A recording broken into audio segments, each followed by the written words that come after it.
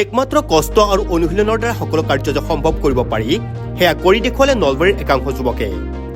নলবাৰী সাগৰকুছি খাটিকুছি তথা পূব নলবাৰীৰ একাংশ যুৱকে SSC GDত লাভ কৰিলে কেন্দ্ৰীয় চৰকাৰৰ চাকৰি। অঞ্চলটোত বিগত সময়ৰ পৰা প্ৰায় 100জনতকৈ অধিক যুৱক যুৱতীয়ে লাভ কৰিলে চাকৰি। অৰ্ধ সামৰিক বাহিনীত যোগদান কৰিবৰ বাবে সাগৰকুছি মিনি ষ্টেডিয়ামত যুৱকসকলে শাৰীৰিক অনুশীলন দৌৰ আদি কৰি আহিছিল। সেই মৰ্মে যুৱকসকলে SSC GDৰ সাক্ষাৎকাৰত উত্তীৰ্ণ হৈ চাকৰি লাভ কৰিবলৈ সক্ষম হয়।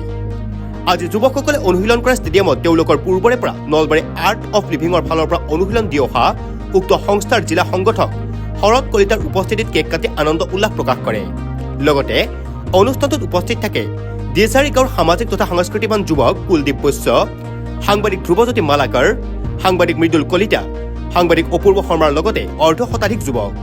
সফল হোৱা আটাইকেইজন যুৱকে ডক্টৰ হিমন্ত বিশ্ব শৰ্মাৰ নেতৃত্বাধীন চৰকাৰৰ শলাগ লয়। আমাৰ যিখিনি ইয়াত পাৰ্টিচিপেণ্ট ল'ৰা ছোৱালীয়ে ইয়াত ৰাতিপুৱা অনুশীলন কৰে, তেওঁলোকক মানে ৰাতিপুৱা ভাগত ধৰক আমাৰ যোগাৰ তৰফৰ পৰাও অকণমান তেওঁলোকক প্ৰশিক্ষণ দিয়া হয়। আৰ্ট অফ লিভিঙৰ তৰফৰ পৰা তেওঁলোকে মোটামুটি অনুশীলনখিনি সম্পূৰ্ণ এই বছৰত ধুনীয়াকৈ পালন কৰিছে, প্লাছ তেওঁলোকে ছাকচেছো হৈছে আৰু বহুত ষ্টুডেণ্ট আৰু পাব লগা আছে, তেওঁলোকে ট্ৰায়েল দি আছে আৰু কণ্টিনিউছ কৰিলে তেওঁলোকে পাব নিশ্চিত। আৰু গতিকে গোটেইখিনি যিখিনি ল'ৰাই আমাৰ বা ষ্টুডেণ্টে আমাৰ পালে তেওঁলোকৰ উজ্জ্বল ভৱিষ্যত আমি কামনা কৰিলোঁ।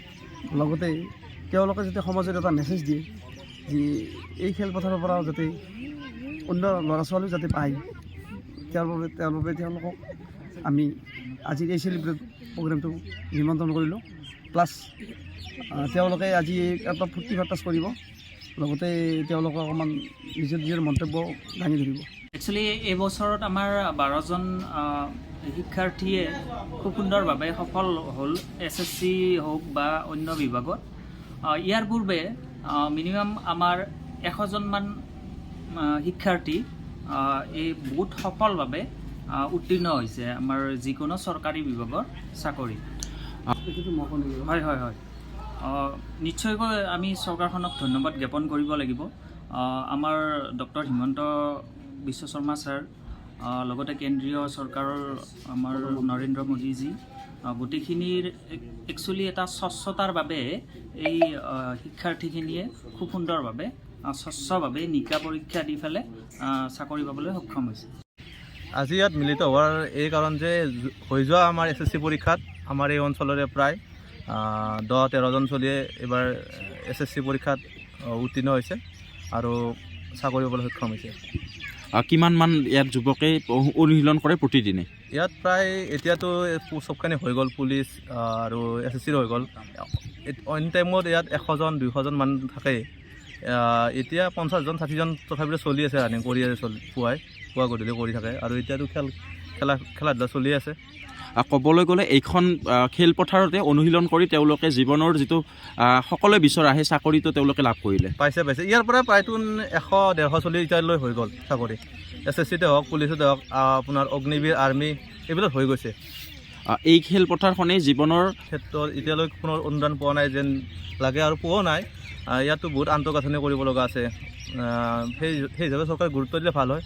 প্ৰতিষ্ঠানটো আমাৰ ইয়ালৈ অহাৰ বাবে অশেষ ধন্যবাদ আৰু আমাৰ ইয়াৰ সমস্যাবোৰ দাঙি ধৰাৰ বাবে আপোনালোকক ধন্যবাদ জনাইছোঁ। নমস্কাৰ, মোৰ নাম শ্ৰী নয়নমণি ৰাজবংশী। মোৰ ঘৰ আলিয়া।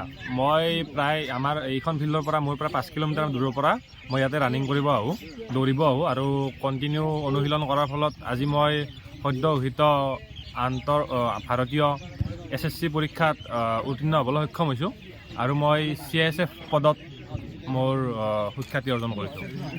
আৰু কেনেকুৱা কি ক'বা যিসকলে বৰ্তমান অনুশীলন কৰি আছে? অনুশীলন কৰি থকাবিলাকক মই এটা কথাই কওঁ কি আজি এদিন দুদিনত মানে কি সেইবিলাক বস্তু হৈ নাযায়, মানে কণ্টিনিউ কোনো এটা কামত লাগি থাকিলে মানে তাৰ ওপৰত মানে কি কৰিব পাৰোঁ, আমি ছাকচেছ পাব পাৰোঁ।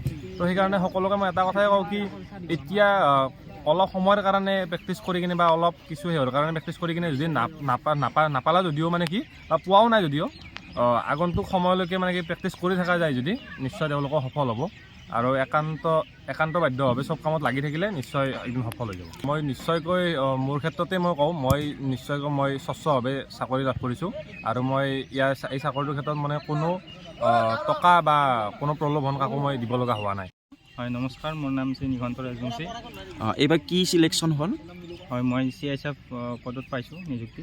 এইখন খেলপথাৰতে অনুশীলন কৰা গৈছিলে? হয় হয়, এইখন খেলপথাৰতে মই অনুশীলন কৰিছোঁ। আজি 7 বছৰ ধৰি মই অনুশীলন কৰি আজি এই পৰ্যায় পাইছোঁহি। নলবাৰীৰ পৰা দীপু দাসৰ report, news any 365। Stay informed, stay ahead. News Any 365.